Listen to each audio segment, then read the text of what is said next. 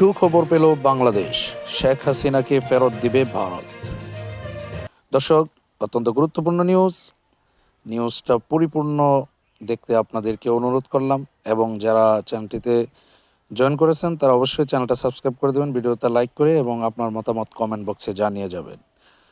তো বন্ধুরা, শেখ হাসিনাকে কিন্তু ভারত ফেরত দেওয়ার জন্য অবশ্যই রাজি হতেছে, কারণ শেখ হাসিনা এখন ভারতের জন্য একটা গলার কাটা হয়ে দাঁড়িয়েছে। যদি শেখ হাসিনাকে যদি ভারত ফেরত না দেয়, তাহলে কিন্তু ডাক্তার ইউনূস ভারতকে হুমকি দিয়েছেন যে 7 সিস্টার তাদের থেকে আলাদা করে দিবে। তো এই জন্য ভারত কিন্তু এখন ভয়ে কাতরাচ্ছে। তো আমি যতটুকু সংবাদ পাচ্ছি যে ভারত থেকে শেখ হাসিনাকে যে কোনো মূল্যেই ফেরত দেওয়া হবে। এমনকি তার যে কূটনীতিক পাসপোর্ট ছিল ওইটাও কিন্তু বর্তমানে বাতিল করা হয়েছে, যার কারণে বর্তমানে ভারতে প্রধানমন্ত্রী শেখ হাসিনা, সাবেক প্রধানমন্ত্রী, সে থাকার কোনো বৈধতা কিন্তু বর্তমানে নেই।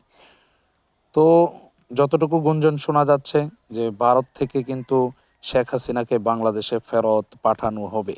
তো এটা একটা ব্রেকিং নিউজ ছিল, সকলে এটার আশায় বসেছিল।